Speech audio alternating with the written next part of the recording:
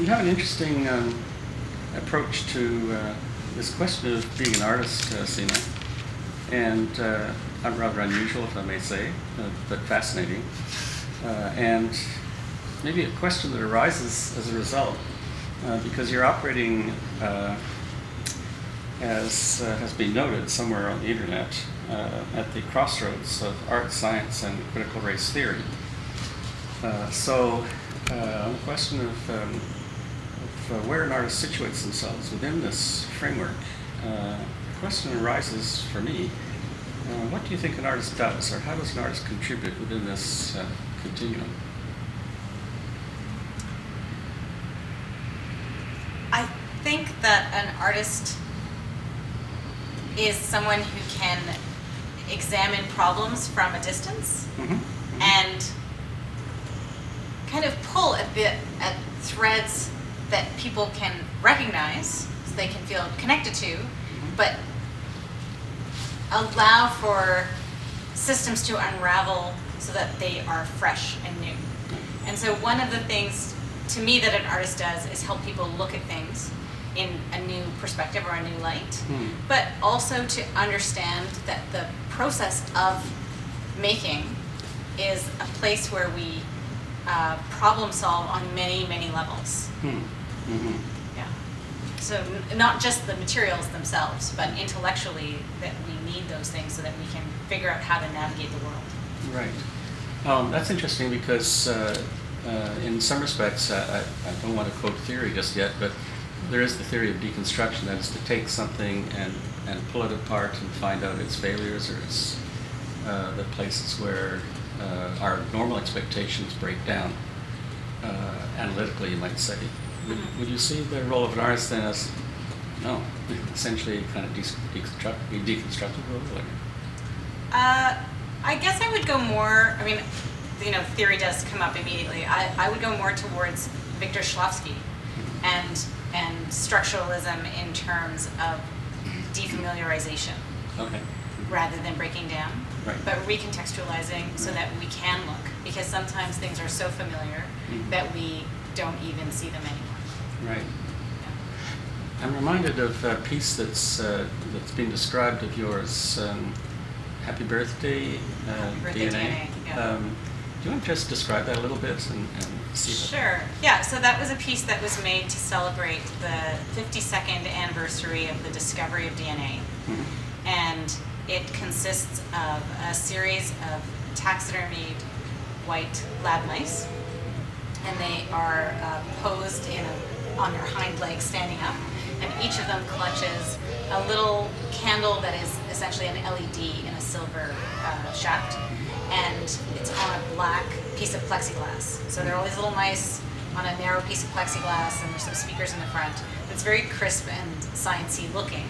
And then when a button is depressed by the viewer, all the LED lights come on, and the mice sing Happy Birthday in little mousy voices. They sing Happy Birthday to DNA. Can't help laughing, of course. And so defamiliarization might be one aspect of this, but on a perhaps more profoundly immediate level, one has this incredible sense of comedy, dark comedy perhaps, but comedy. Yeah. So do you find that comedy or humor is an important strategy for you to deal with? Yeah, I discovered in my last year of art school, of my graduate degree, that I could be funny again. That I didn't have to be so serious, I didn't have to be wedded to these big philosophies that everyone was quoting all the time. And personally, I find the world a very funny place and full of opportunities to be ironic and sarcastic and ridiculous. And that lots of things are happening around us that are ridiculous, but we don't want to point them out. For me, humor is a way to draw an audience member into something that's potentially disturbing or confrontational or very, very personal. And if I can get them with humor at the beginning, humor or spectacle, they usually are willing to engage.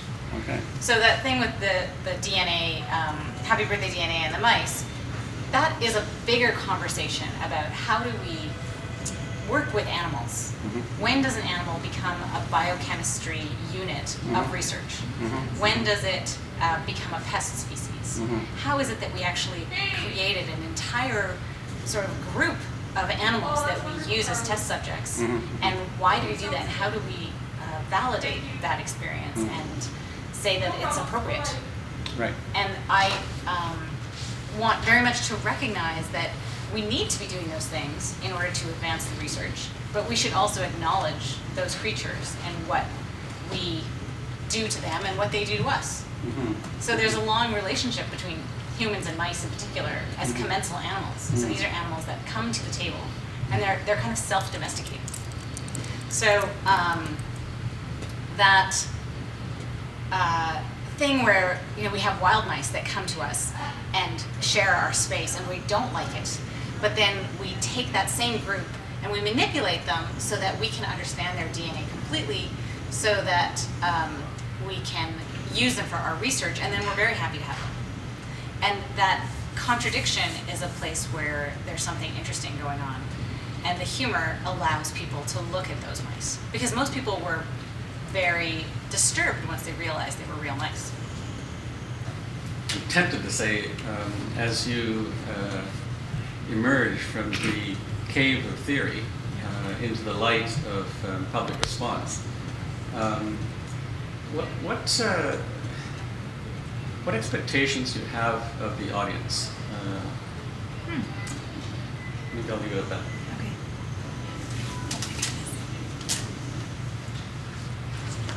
They're not so easy to come out of.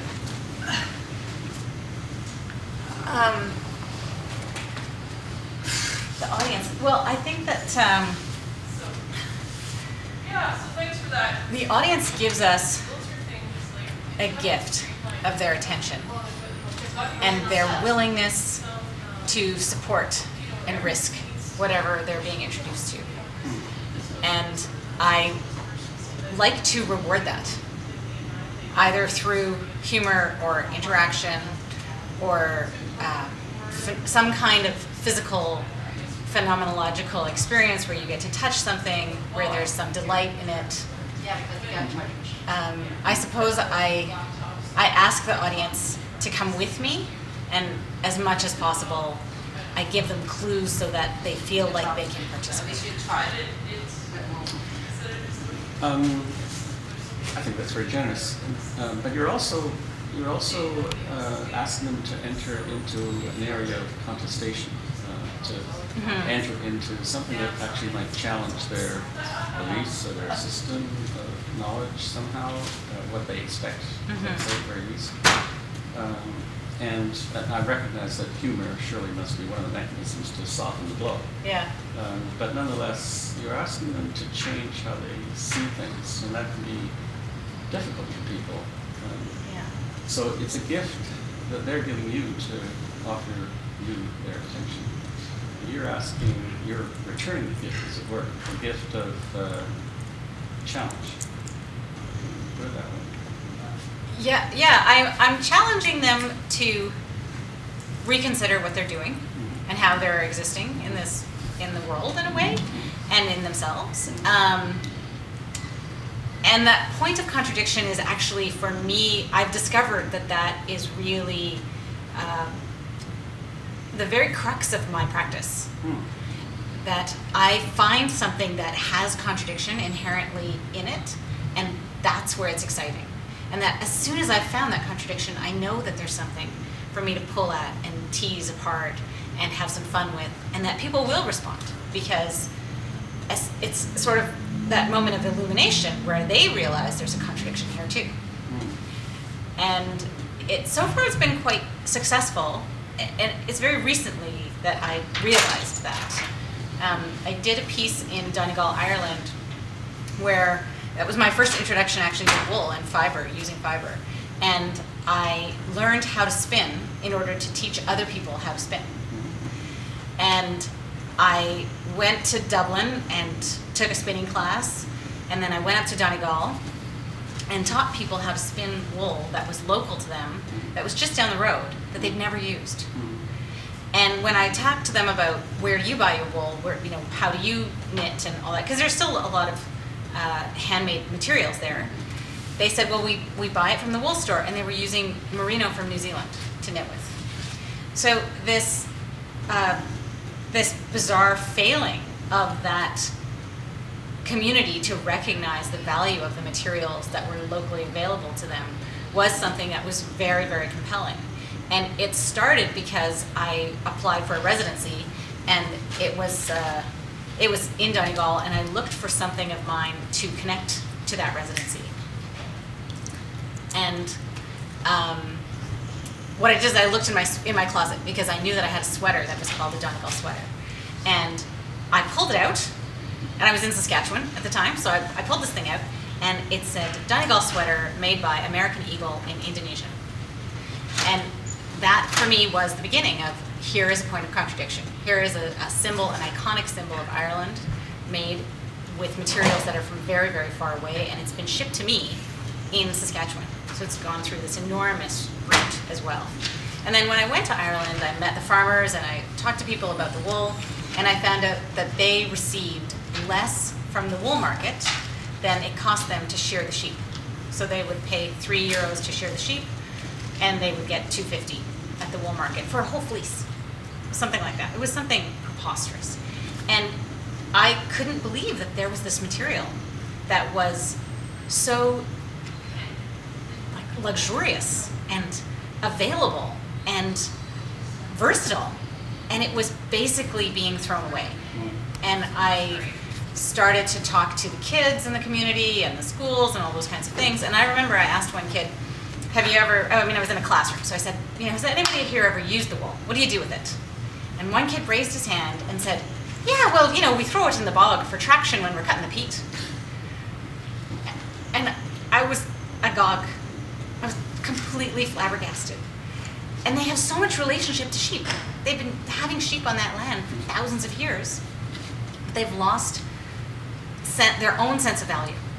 So that work for me was the moment when I realized, what I do is look for contradiction. When I hear you talking about this question of the sheep and it being consigned to something as apparently irrelevant as traction in a bog, Seema, it occurs to me that from where we listen to you, there's a massive contradiction between what we think of as having value and the system of monetarization that capitalism brings into the equation. And I'm kind of interested by the thought that when we talk about materials, of course, wool is a material, but the real material here, you might say, is almost the material culture of capitalism within which we situate ourselves. And I just wonder whether this question of the social and how it constructs our materiality, as it were, if I can put it that way, is really central to your practice. Question of the social and how it constructs our materiality. Our sense of materials, or our sense of what is of value.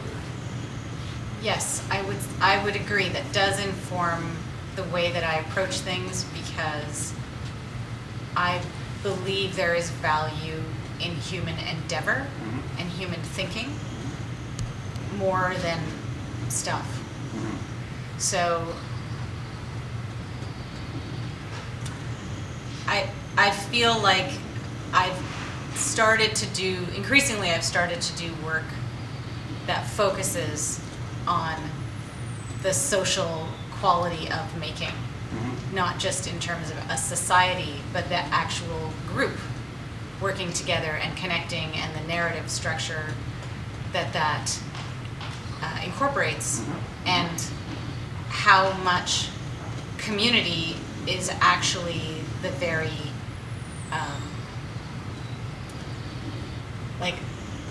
community is the very fabric of our sense of valuing ourselves, and building that structure in some way has become very useful, and I'm more aware of it too, that when I make something and I'm involving another person, when it's actually physical engagement with another person, what they're interested in is the engagement. They're not necessarily interested in the material. But when they go home with their drop spindle and their hunk of wool, they will remember the experience of the relationship, and it will be infused into that piece of wool as well. So there is something very, very useful about remembering that when we invite the public to participate in the different levels that art can engage, we also build a stronger relationship with them on a personal level, but also their ability to think about art and what it is and aesthetics and how it is not about regular sense of use. It's not about making a string so you can tie up a parcel. It's about making a piece of fiber that comes from the land that you can turn into a sweater that you will never, ever, ever throw away. I was just thinking that we use words in fascinating ways, and we talk about the fabric of a culture. So, in a sense, what you were talking about, this question of materiality, is really built into our whole sense of being in the world, I suppose, of being with each other. It's been noted that you've been characterized as being perhaps invested in the relationship between animals and humans and the environment. Would you see that? And that's a very simplistic, perhaps, description, but would you explore that at all, Seema? Sure. When I'm asked about what kind of practice I have difficulty summarizing it because I use so many different kinds of materials, and I use so many different kinds of places too. But what I've noticed is that there are some common themes, and one of them is the relationship between humans and animals, usually domestic animals, but not always. But definitely how we interact with animals, what we do to them, what they do to us, why we need them, how we manipulate them, and how they manipulate us in some ways, how there is definitely a relationship. And with the environment, that's a pretty broad word, because when I use the word environment, I mean everything, like the built environment and the physical environment and the urban landscape and all these things, but mostly about how we engage our space. So not necessarily the ecological space, although that's included. So those are really broad ways to think about the work, but to me it makes sense, and it's because I end up doing projections on buildings that talk about the actual architecture that the projection is going on to, and why that's a valuable piece of architecture in our city, or how we need to recognize the built environment as being something that has qualities informing our experience of the city, and how we take a landscape that is a completely constructed landscape but call it natural, and what does natural actually mean, and perhaps how we take animals and how taxidermy of certain species is acceptable, but of domestic species is not, and why do we preserve certain kinds of creatures in one way and others in another, and what are we actually talking about when we preserve animals of any kind through photography or through taxidermy. So those are broad strokes for sure, but I think they're fairly appropriate. I can't help but ask a question that one finds oneself always coming around to when we talk about art and its systemization. And of course, the word is art history, and I'm curious as to what I don't know, experience you might have within the domain of art history that would relate to this question of the environment, of our relationship to animals. Have you ever had occasion to do research into how animals appear in art history, the history of art, and what are your thoughts on that, if you have? That's a great question. I have such poor art history, and it has to do with the way that I arrived in art school and continued to persevere past that to become an artist. So I had very little art history in terms of the academy, and when I finally started to learn art history, it was because I had to teach a class. I had to teach a class called Art 100 at the University of Regina, and I began to sift through tomes to understand how we arrive at certain decisions in the art world. And I ended up gearing the whole course to talk about context and asking students to consider what was happening in the world whenever we look at a piece of art, because nothing exists without its context. And that really does affect how I look at work, because I always try to understand now what was happening in the world at that time that would have brought those kinds of ideas to the front, and how have the ideas changed now that we're looking at it 100 years later or 200 years later, and how we can't actually see the work in the same way anymore because we don't come from that experience. So I have very little knowledge of the way that animals are represented in art history, other than in that very bucolic quality of the landscape, and landscape painting in particular as a type of ownership and construction of landscape. So there are places where I spent some time really specifically looking at art history, and landscape and representation was a big one, but it had more to do with the idea of why do we have images, why do we have Western European images of landscapes that have no people in them, and what is that about? And why do people from the north of Canada represent the landscape with no land, but only people and animals that are transient, so things that will disappear? And eventually I came to the conclusion that both of these situations come from a time when the landscape was disappearing. And so the European one, because it was during the time of the industrialization. And so all those beautiful fields and forests were being cut down. So it was a way to preserve them. And in the north, we don't need to preserve the land because the land is enduring. But the people will leave. The people and the animals are not. And so they're kind of the same thing. That's fascinating. So in a sense, one can look at those classic landscapes and think a kind of memento mori, that this is almost a tragic loss of something. Yeah, that's a nice description. I hadn't thought of it as memento mori, but I think it is. It definitely speaks to loss. It also speaks to the window and wanting to capture it. You know how we only have windows from our homes onto things that we want to own visually. So we don't usually have a window onto our neighbor's yard, a window onto our own garden. And those landscape paintings are like that for me as well. And the things that are imagined in them are all things that a person might own, including a spouse and the children, or the serfs, or the peasants. So at the time that they were made, I think it was about memorializing some of that.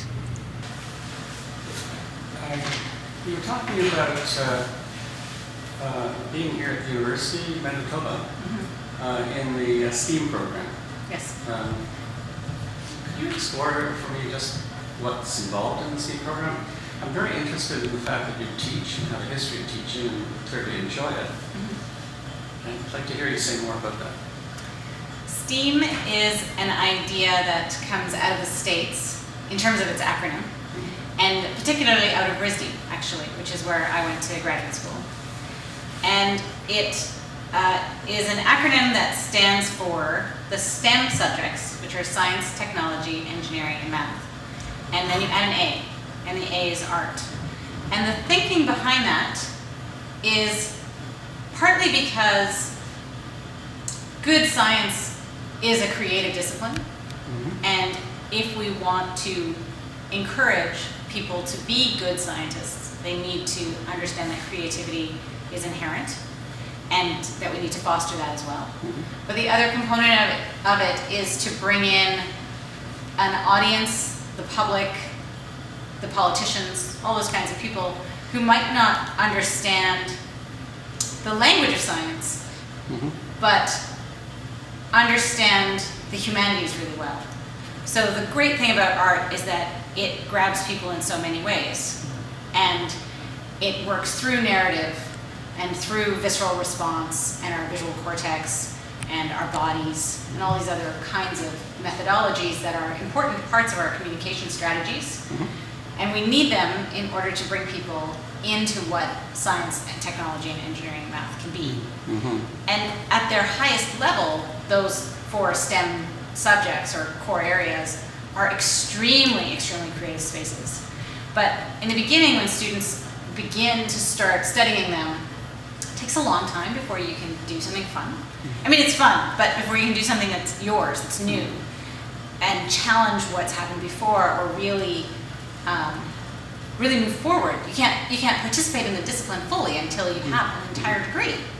And it's quite different from the art subjects where we have accumulated visual knowledge for our whole lifetime before we come to university or training, and we've accumulated narrative structure and cultural understanding and all those kinds of things that contribute to being an artist in whatever area that involves.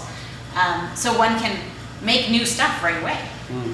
And in the sciences, you don't get to do that. So Seema is a way of remembering that it's fun and engaging people in a really lateral methodology and having them participate. And my role in this is that I'm the STEAM coordinator, and that means I get to work with the faculty and the students and try and create projects, sometimes invade their curriculums, sometimes just invite them into this space to participate in rethinking what we know about science and how we can approach it in a more interesting way. And the best part so far has been these collaborations with students, where students have started to work across disciplines with each other, and they've done great things. So this last year, I was in charge of a festival called Science Rendezvous, and I decided I would turn it into a STEAM thing.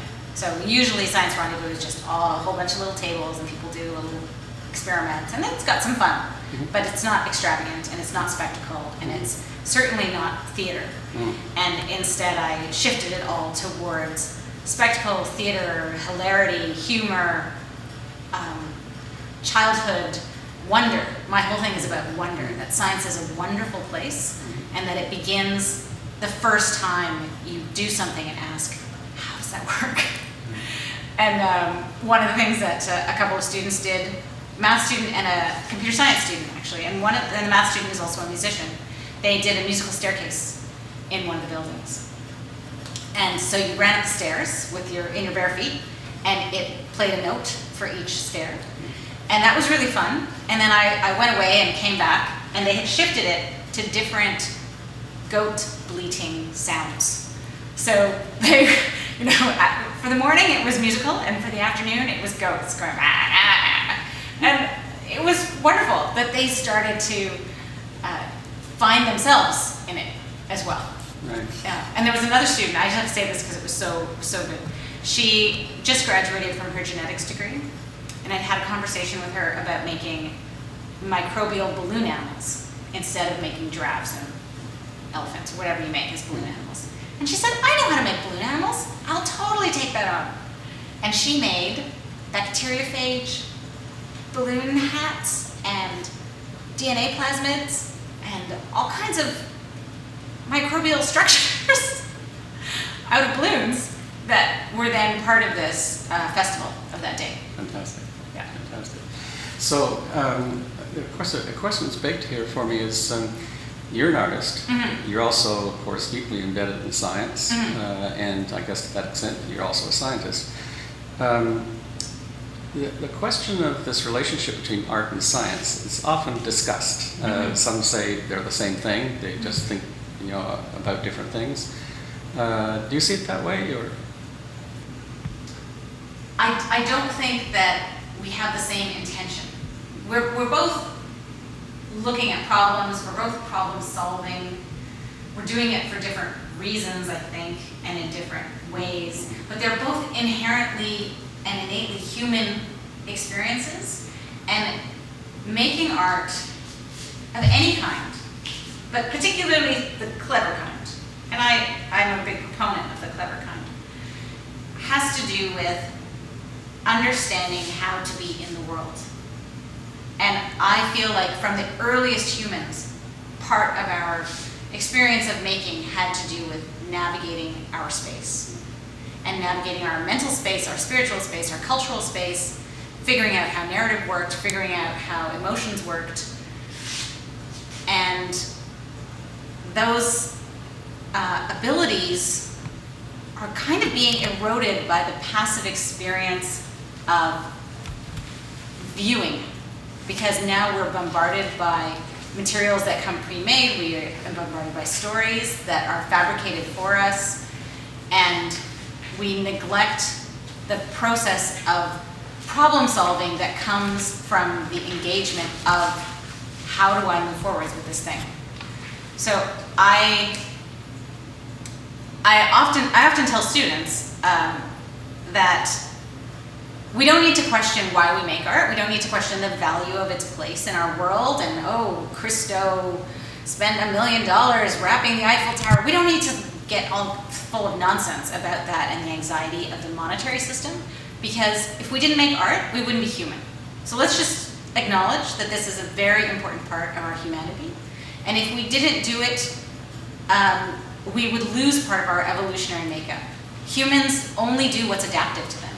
And so we carried this thing forward for 50,000 years because it must somehow help us survive. And it must somehow help us be in the world. And I give that 1 minute talk, and I never talk about it again in class. So I think science has some of that too, but they're different. They're definitely different places. I wonder if we might take a look at this question of the emergent systems. Emergent systems are really compelling because they're beautiful and because humans notice them as something that looks really difficult. So they've been modeled mathematically for quite a long time, which I didn't know until I started working on the BIRDS project that required some knowledge of emergent systems. And it turns out that basically it's just the individuals in the flock keeping track of just a few other individuals around them as they're moving. And it allows them to be a single visual structure and navigate through their space in a really successful way. And there are other reasons probably than they do it than just navigation. In terms of it being exploited for drone technology or self-driving cars or perhaps other kinds of graph theory problems, I'm not really sure.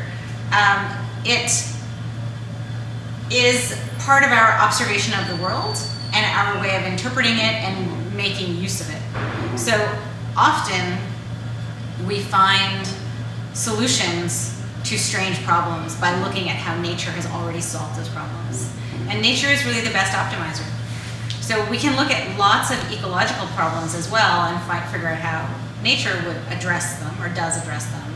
And if we're willing to shift our thinking, sometimes from big scale to small scale, for example, we can approach a solution much more easily.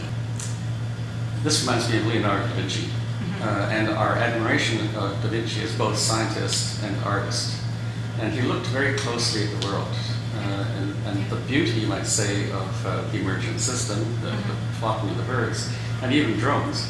The beauty of that seems to be a kind of innate structure in the natural world. Yeah. And this is an incredible fascination to both artists and scientists, I think.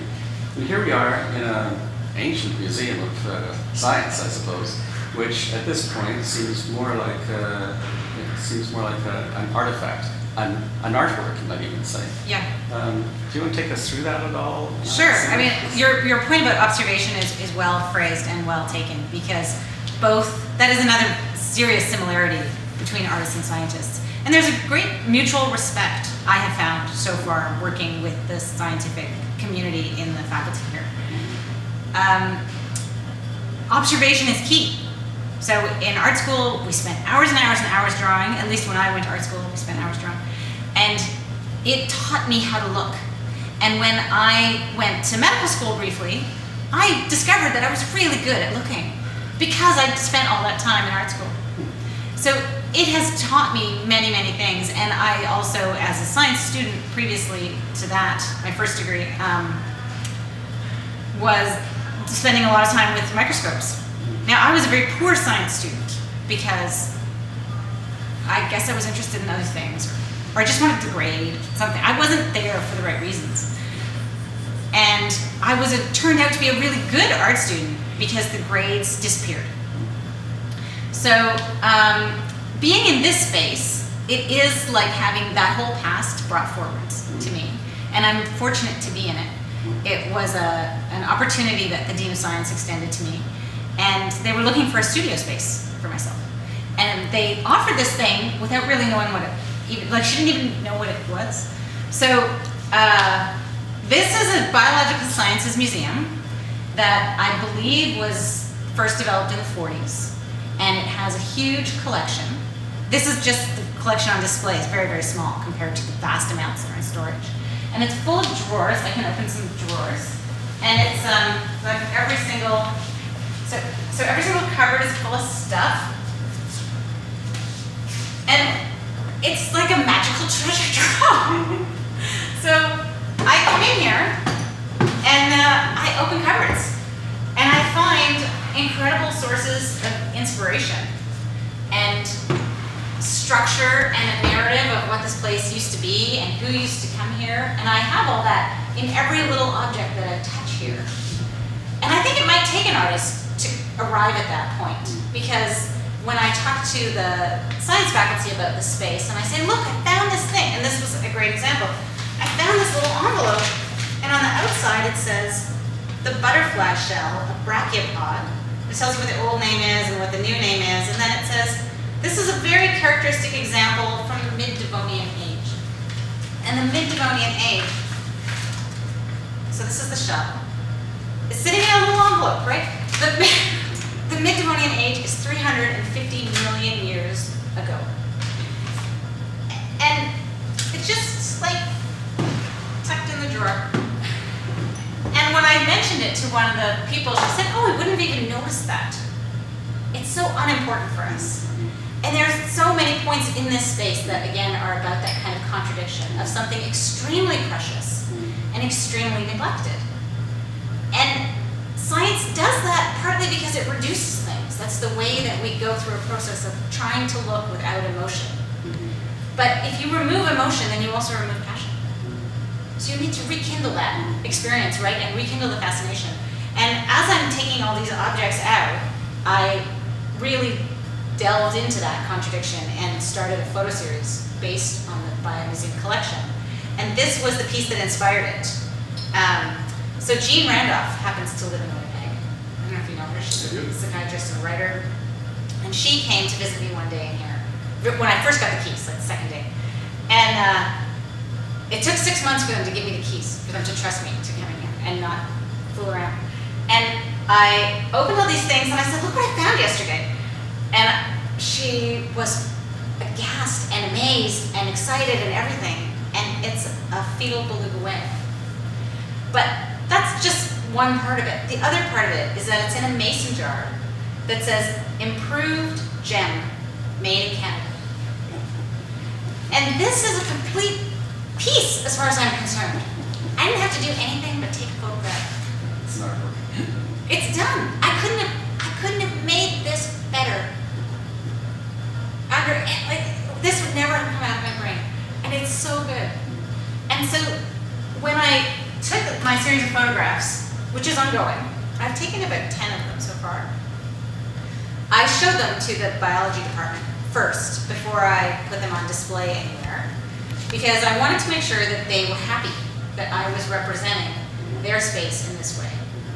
And those photographs are so much about these objects having a life, not their real life of, that they swam, but a life in science, a life of being useful and connecting with students and research and history and all those things. All those photographs are made with a technique where they become really luminous. And so the objects themselves they call up their own history in a way. And fortunately, the biology department was very pleased with the photographs, and they asked if they could use them and all those kinds of things. So I'm really lucky that they understood that I was making things precious and acknowledging it. And this collection, they are extremely attached to, but they're also confused by it, because it's an old defunct collection. It's not used tremendously. They have a few classes come in here once in a while, but it's mostly empty. And the few days that I've opened it up to the public, people come in here and are excited. And so the scientists themselves are a little bit, embarrassed that it looks kind of 1972. It's kind of dirty. It's kind of, specimens look a little pathetic. But the kids go crazy. The adults go crazy. And I've had many other artists come in, photographers just beg to come in here and photograph things, and different art teachers in the university have come in and brought classes. And so some of this is also about reappreciating this space in terms of that defamiliarization idea. It's reminding the faculty that this is still a very important resource. They say it's an important resource, so they kind of know it, but they don't know what to do with it exactly. So it's, to me it's just a fantastic opportunity. And when I first was given access to the space, I was a bit confused as to why you would get an artist and put them in a space where nobody ever comes. And then I realized it was the best thing they could have given me, because it gave me material. And my work comes from a deep, deep engagement with material, where I believe that all material has information inherently in it. And you just need to mine it. Like, start there, before we put all our own junk on top of it. And this felt like I opened a box of the best surprise. So, it's been a very, very good and productive experience. And so from this, from being here since January, I've made 3 new pieces that are definitely becoming their own bodies of work.